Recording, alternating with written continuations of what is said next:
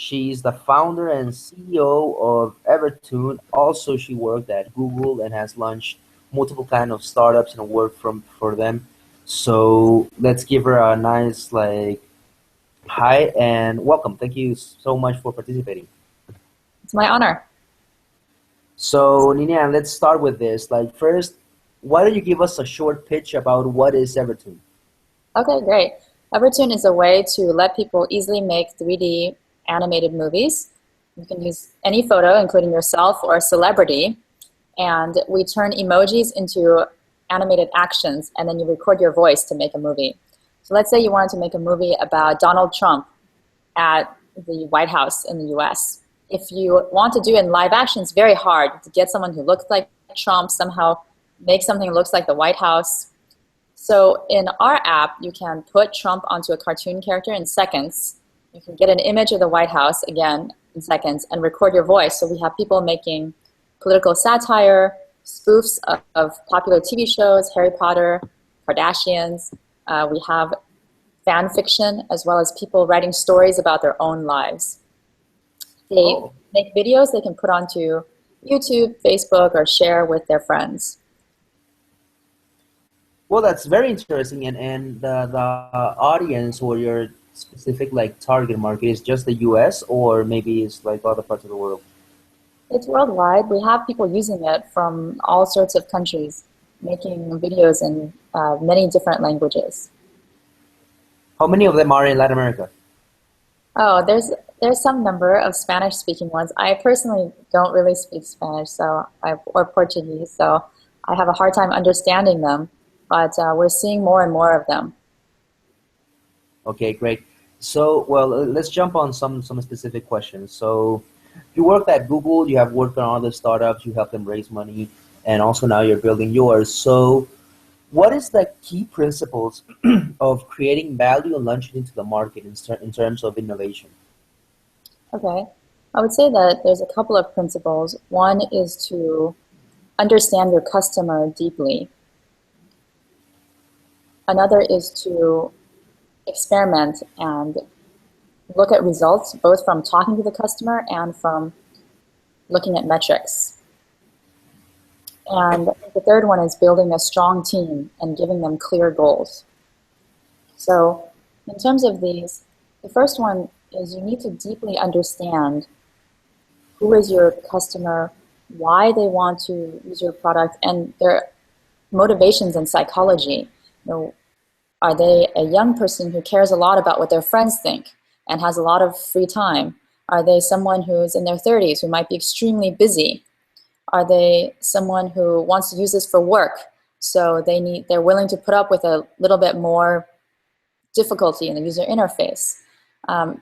In my previous startup where I was CTO, Minted, we deeply understood our customer, what they were doing when they started using our product, who is the decision maker in the purchase decision. By being able to understand the psychology, you can then make all the right details in your product. And I've seen cases where people think of a theory of wouldn't it be great if we could sell this product to 30-year-olds, but they don't understand the 30-year-olds deeply enough. Sometimes I see young male engineers who are 25 making a product for women who are 30 to 45, but they haven't talked to very many women who are 30 to 45 to deeply understand them. So they make assumptions that are not necessarily true. So the first thing I would say is just talk to the customer as much as possible and get to understand them. Talk to them on the phone or in person and learn the truth of how they live their lives and what motivates them. The second area is doing a lot of experiments and looking at the results. So at any time at Evertoon, we have 6 or 7 things that we're trying out, and we do releases every 1 to 3 weeks. And then after that, we get feedback from our customers. Everyone in the company reads every piece of feedback that is sent by our users. And we also look at metrics. Every week we look together at percentages when we have certain flows of if we want people to share videos, what percentage of people who start to use the product end up sharing the video? What is the funnel through each step of that process? So by combining the qualitative information of what customers are telling us with the quantitative information of metrics, we can validate our hypotheses. So if one hypothesis is people want to make videos with political intentions, then we give them some political celebrity avatars, and then we measure whether they're being used or not. So some things we validated, and it was what we thought, and some things were surprises.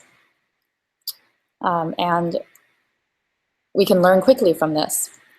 The third area is in hiring and motivating your team, and that can be its hours of dialogue. But I would say that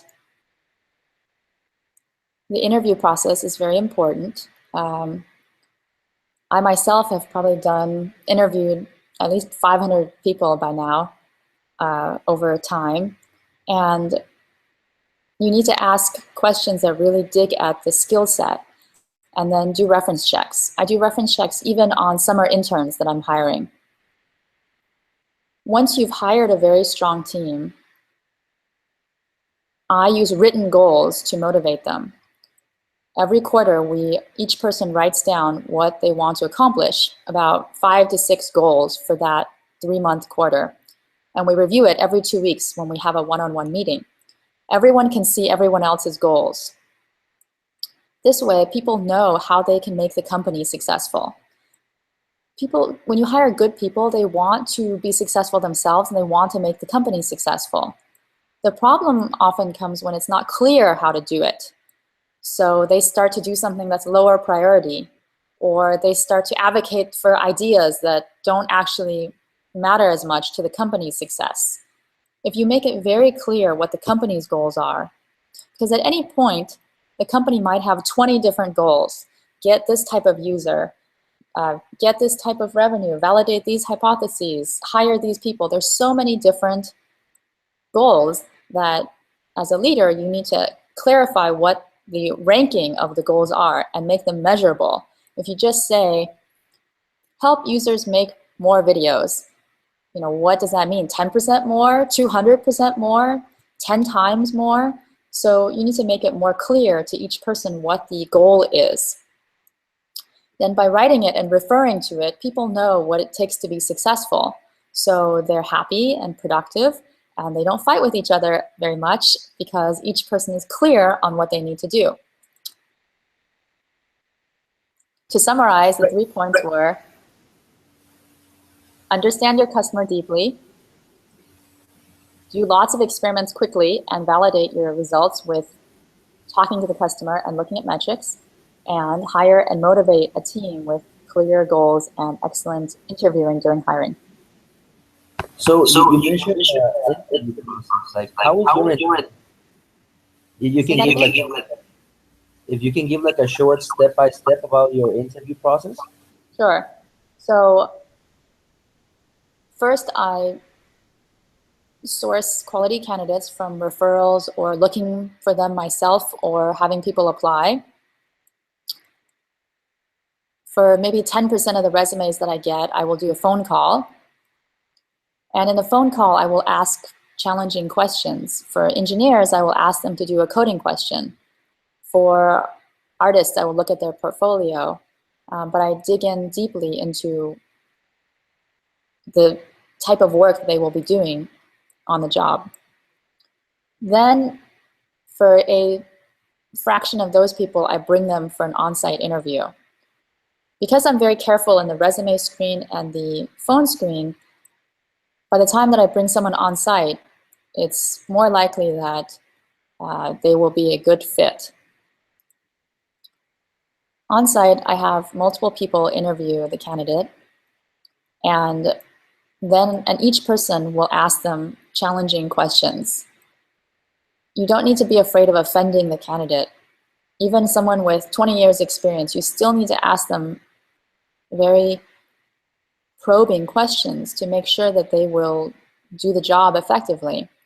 And a very good candidate will be happy that the company has a high standard. It will make them feel like they want to work there because you have high standards. And they'll be assured that the rest of their team has gone through the same process and will be good. After the on-site interviews, I will do reference checks, and I usually do 3 reference checks. With the reference checks, I ask the reference how they worked with the person, their strengths, and I always say no one's perfect, so what is the area of improvement or area that this candidate is not as strong? And references will usually be reasonably honest. So after that, then I make a decision. And usually it's for the people who are yes, it's very clearly yes, and I can't wait to make them the offer. Sometimes I've been debating a lot and I find myself procrastinating, and usually that actually means no. For the very good candidates, they will have other offers. Every engineer and artist, every full-time employee I've hired at Evertoon had between 1 to several other offers. And in my previous companies, that was true also. So then you chase them. You don't need to be shy. There's no such thing as calling too much. So because you've made them go through a rigorous process, they know that you have high standards. You're not just desperate. You vetted them very carefully. So now you can chase fully. Sometimes I call them each day. I can send gifts. I just make it clear that what work they'll be doing and they'll be valued. But usually by the time you've gotten to that point, you've found someone who's a good fit. So different companies are appealing to different people. Right now, Evertoon is still a young startup, and that's very appealing to some people. They love the idea of coming in on the ground floor, having a huge impact, working directly with the founder for all day, every day, having lots of responsibility and freedom, feeling like they are on the founding team. But for other people, it's very scary. And they would rather go to a company with 500 people or 5,000 people where they have lots of coworkers and they feel safe, and there's a whole IT department and many coworkers. So then that's not the right fit, and it's important to figure that out earlier. They might have amazing skills, but it just might not be as good of a fit in other ways. Or some people might really love the product, and from the moment, for my team, from the moment they played with the product, they were captivated and they thought, this is great. And then that is very important because when you have bumps on the road, they will always love the product and believe in it, and that will get them through any long hours that you might have, or any small problems that come up. So it's important to look for a good fit. My previous product, Minted, had a largely female audience and design focused. So for some people, that was great. They loved design. They were so excited to work on that. For other people, they maybe want to work on something else. And it's important to identify that earlier and not waste a lot of time getting all the way to the offer stage and then discover at that point that actually you kind of knew from the beginning. So I would say, vet them very thoroughly during the interview process. Try to assess fit early on, and then once you decide to give, or do reference checks, and once you decide to give the offer, then chase, chase, chase. Great, that's awesome. So, like, you have worked in companies, and one of those was at Google, right? You had different kinds of positions and works over there in Google. How was the innovation, or how did the people live the innovation in that company? And did you use or replicate some stuff that you learned on the cultural side on your new startups? Okay, I want to make sure the question was, how did Google handle innovation, and how have I used what I learned there in startups? Is that right? Exactly. Okay. Um,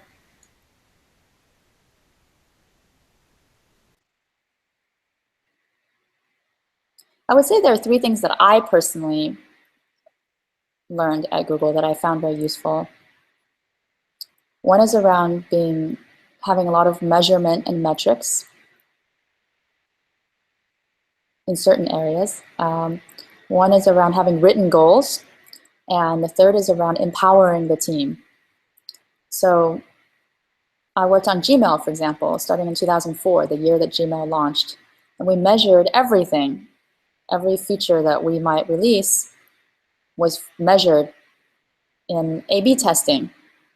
So we were very diligent about looking at different metrics of how each feature affected the users. And certainly at my last company, Minted, we would look at metrics throughout the day to keep our finger on the pulse of how our customers are reacting. And at Evertoon as well, I look at many metrics throughout the day. The second thing is I felt Google did a good job at having written goals, which is I talked about.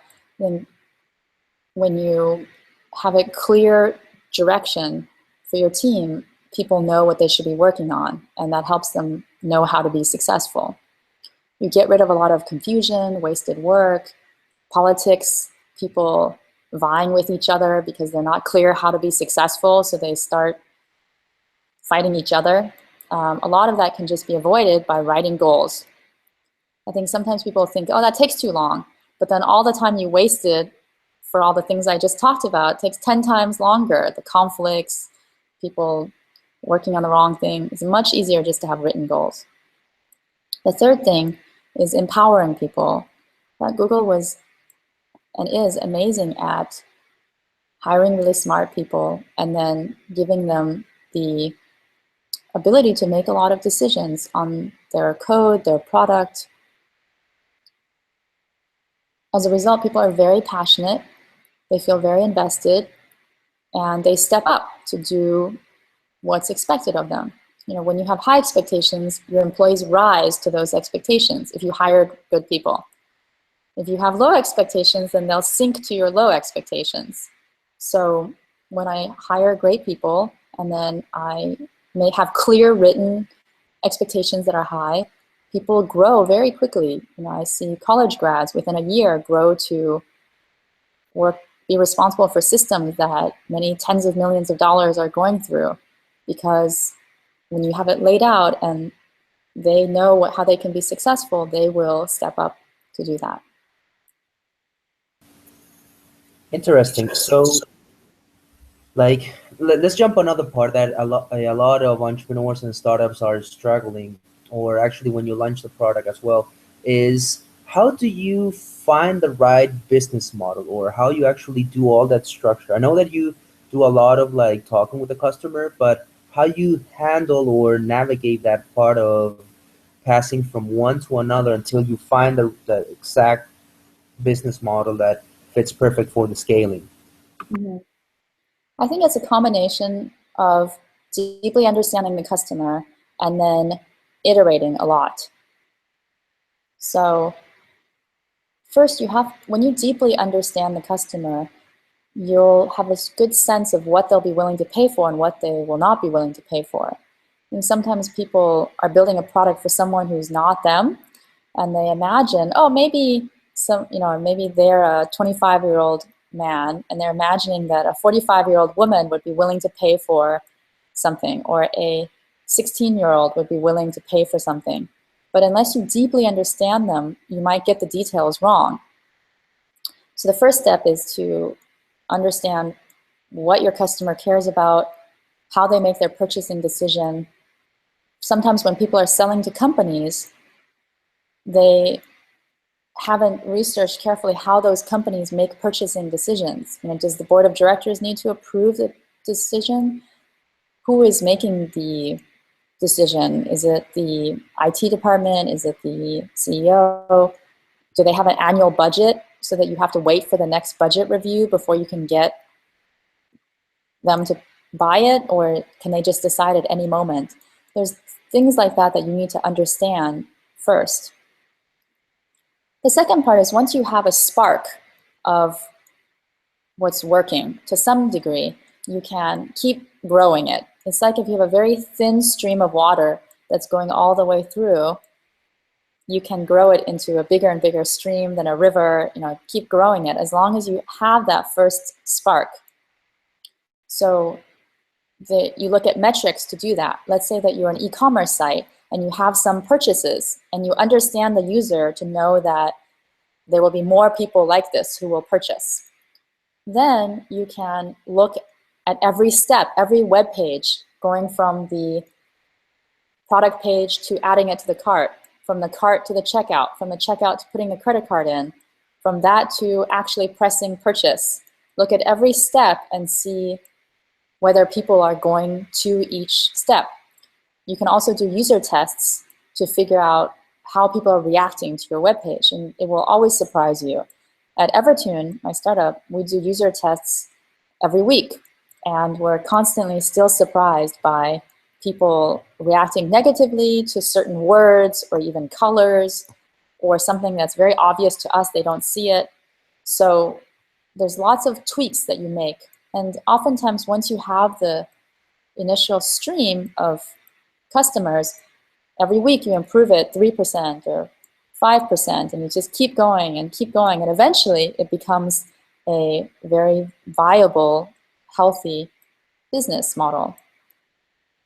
So the combination of understanding the customer and then growing it gradually over time. Sometimes people are impatient and they think they launch it, and within 2 months, if it's not an enormous success, they start to panic. And I would say, look at, is there some amount of customers? Like, do you understand the customer well enough to see that there is some validation? If so, then you need to keep growing it. We hear a lot of these overnight success stories. So a lot of people think if they do something that's not immediately successful, then maybe it's not going to work. But a lot of these successes behind the scenes were actually filled with improving it 2% every week, working on it over and over again, getting it better and better until finally the product is smooth enough that now it has a great brand and it has a community, and then people use it more and more. I wish that the press would describe all the hard work that goes behind it so that people have the patience to keep sticking it out. Yeah, that's actually true. Everyone thinks that they launch and then you have like 1,000 people using your like technology or anything, or maybe 1,000,000 and in a couple of weeks. And if they're not, then you're like a failure. So related to that, how do you test and when do you know? Because this is something that I've always like intrigued me. It's like, how do you know that you got into product market fit?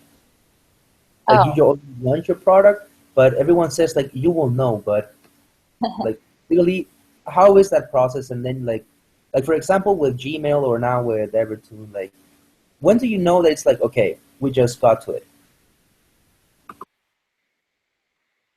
when there are people who use your product and keep using it, and there are more people coming to use your product, then usually that's what people refer to as product market fit. And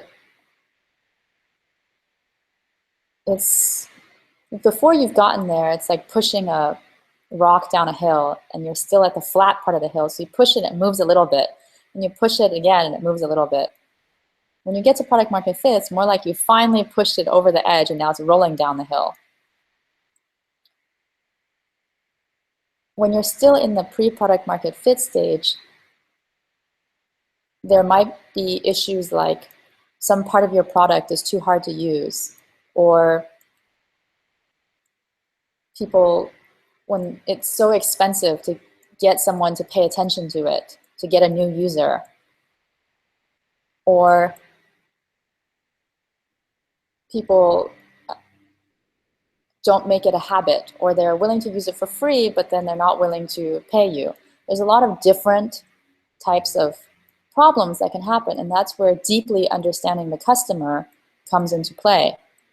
If you deeply understand the customer, you're talking to them, you are looking at your metrics, then you should have an understanding of why something or what will take your product to the next stage. So when we started working on Evertoon, I had a bunch of professional comedians use the product, some of whom have been on television, and they gave me very clear feedback that for them to use it for their professional level, they needed certain features to get timing right. And that's different from the feedback we might get for teenagers who are just using it for fun. So by understanding the customer, it becomes clear what you need to do next. And we go through a lot of effort to get people to talk to us and to ask them to give us feedback. So collecting that feedback is very important. Okay, thank you. So you have talked a lot about like measuring and metrics. That's something that it's key about this talk. And how do you measure like the future impact of any innovation? Or yeah, that's actually the real question. It's very hard to assess. I think that oftentimes people don't even know the future impact of their own product. Um,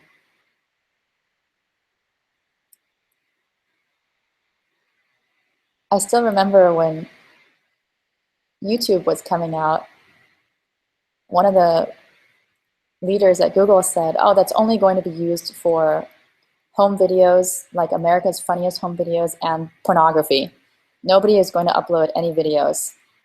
And we all see what happened.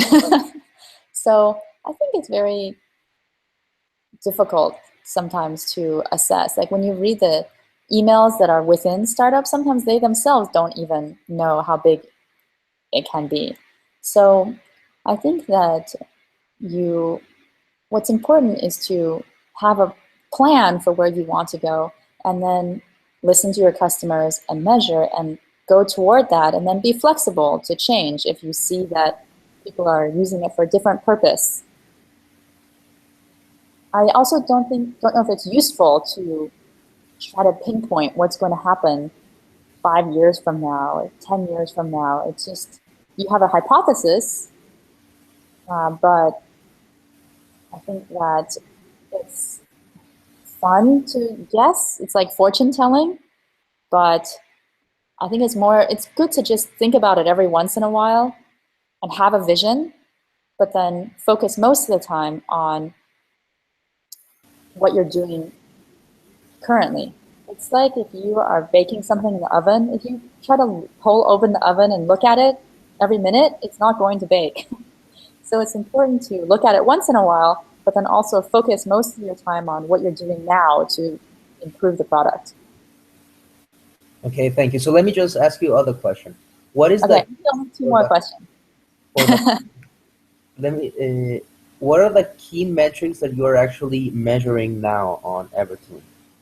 Okay, metrics that you measure are different across different products. On Evertoon, it's important for us that users are making high quality videos, that those videos are getting views, and that we grow our community, and that our tools are easy to use.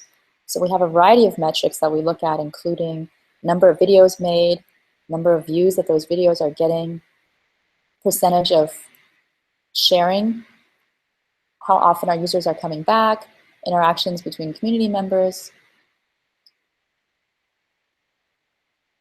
and other metrics that are along those lines.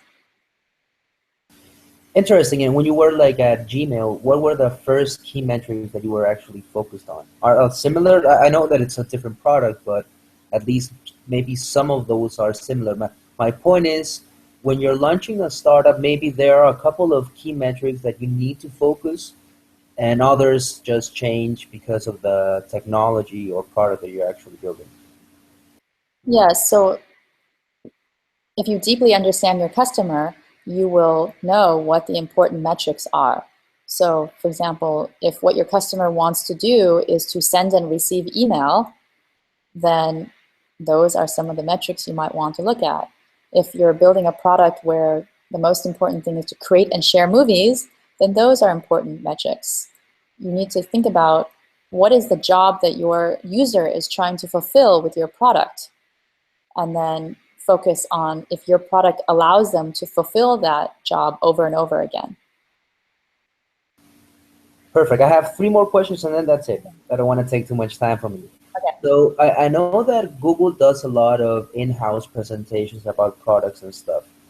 Do you use that in your own startup? I know that you said that you talk with the team like every week or with key people, but maybe in a special way as Google does it.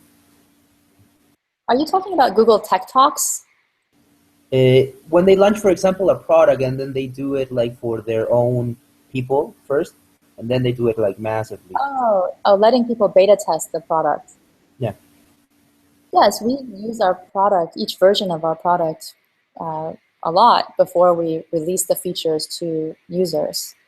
And each member of our team is watching user videos, making their own videos, and we enjoy the product. So certainly it's important that the team enjoys using the product.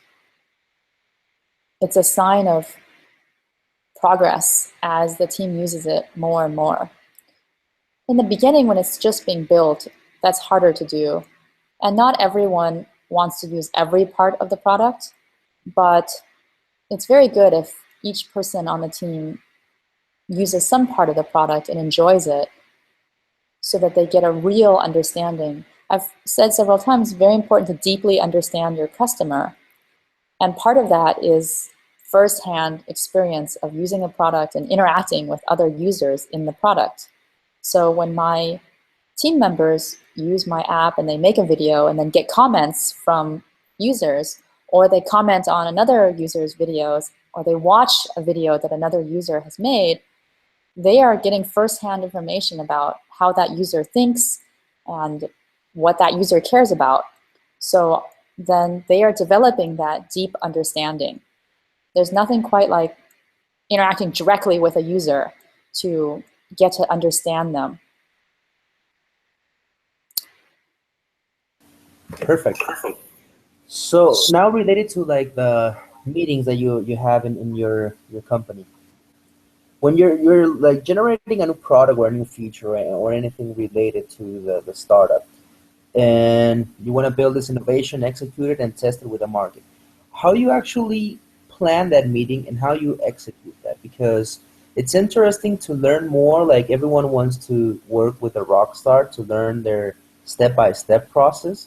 So maybe you can actually tell us a little bit about how you plan the meetings and how you execute it properly so you can get the right outcome of it. These are meetings for just weekly meetings? Any To kind of like when you're like you're thinking of planning on launching a new feature of the in the technology, or you want to launch a new product, or maybe shift the business model, or any key thing actually when you're actually working on it.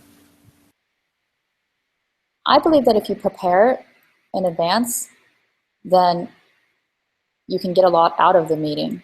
So I always have an agenda for each meeting and a list of what we want to accomplish in the meeting. Some meetings are about brainstorming, but you still have an agenda of we want to come out with a list of ideas for this problem. Some meetings are very specific of we have 5 decisions and each decision has 2 choices and we need to come out here with 5 answers. So, but before the meeting, I send out an agenda, maybe the day before, and then in the meetings, we're very efficient about who's presenting. We have the name of the person who is presenting that part and what decision needs to be made. And the decision might be, we can't make a decision because we're missing some data. So so-and-so is going to get that data. But you end up with some kind of action or decision. And sometimes I've seen people discuss something for a long time, don't reach a decision, and then just run out of time. I avoid that. So I'll say, if we don't make a decision in the next 10 minutes, then we either do A, or we get this data and then we make a decision next week. But I keep the meeting moving forward. And I also don't believe in a set amount of time for a meeting where it's always 1 hour. If my meeting's over in 23 minutes, then we leave. And if the meeting needs to take longer, then we do that. But sometimes people stretch the meetings, so it's exactly 1 hour, and then they fill it with, or they're very slow in the beginning, and then they speed up at the end. I have my agenda, and if we get through the agenda in 17 minutes, then the meeting is over.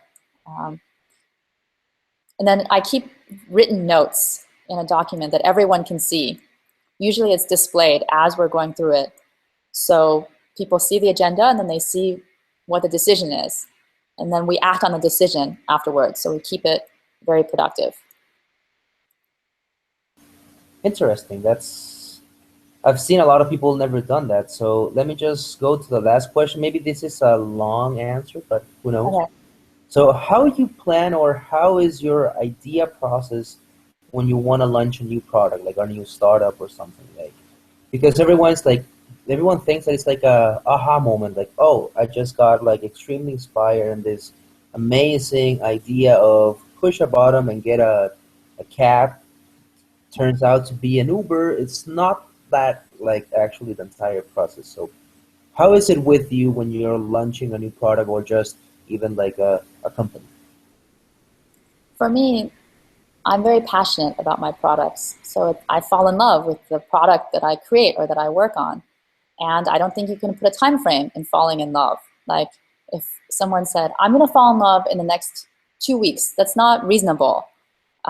You can create conditions where you might be more likely, but you can't say on April 15th, I will be in love. That's not reasonable.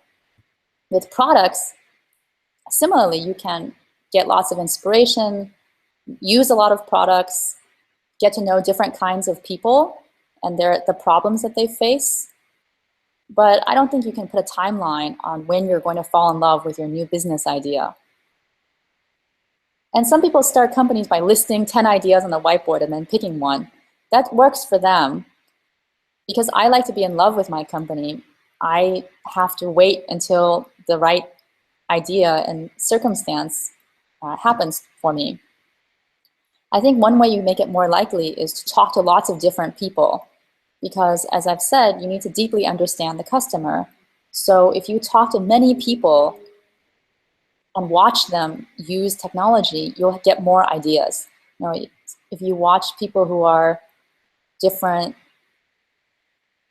amounts of income, live in different locations, people who are different ages, different types of jobs, you'll get more ideas. I mean, sometimes people talk to the same kind of person. They talk to people who are very similar to them or their classmates 90% of the time. And then it's harder for them because they can only think of products that would be used for someone like them. But if you talk to people who live in small towns, people who are doing manual labor, people who are very low income, talk to people in other countries.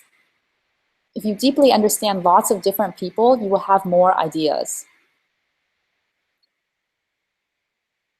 After you get an idea, I think it's important to make sure you understand the customer and talk to them a lot. If you can get them to talk to you face to face, that's the best. It's similar to sometimes people fall in love with an idea instead of the reality. It's like people see a picture and they think, oh, I'm in love with that person. They've never spoken to the person, but they think they're in love. But similarly, people do that with business ideas. They think, oh, wouldn't it be amazing if I made an app for cab drivers? They haven't talked to any cab drivers, but they've fallen in love with what's in their head, not in reality. I think it's very important to face reality. So if you want to make an app for cab drivers, talk to 20 cab drivers in different cities and really listen to them. Don't say, if I made this app, would you use it? Because they want to be polite and they'll be like, yeah. But actually ask them, what motivates you? What are you worried about?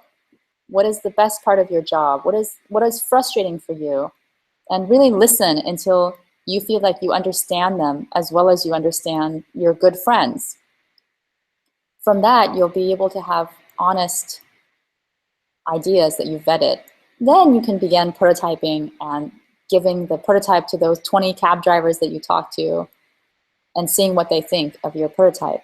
But it's important to get the understanding of the customer and live in reality instead of a dream. That's very interesting. I was with the founder of Waze, and he literally mentioned fall in love with a problem, not the solution you're solving. So it's very similar to what you were actually telling. So thank you so much for this call. We really enjoyed it a lot, and people will be really happy with it. So I don't know if you have a last like tip or something for the Latin American community. Okay. I think it's important to be in love with your product and your company. And you can't rush it. Eventually it will happen if you are open to it enough. And when it happens, it's a wonderful feeling to work on a thing that you love the most. You feel very lucky. It's just like being in love with a person. You feel so lucky to be able to work on something that you love and see people use the product that you built with your hands. It's extremely satisfying. So I think that it's worth holding out for a product and a company that you really love. And everyone should download my product, Evertoon, from the App Store, Evertoon, Evertoon, which is the product that I love. So are you in love not also with your startup? Is this still being recorded? No, but I'll cut it. Don't worry. Maybe. So thank you so much. I know it's very early over there in San Francisco, so have a wonderful day. Thank you, thank you. Okay, See you have a soon. great day. Bye. Bye.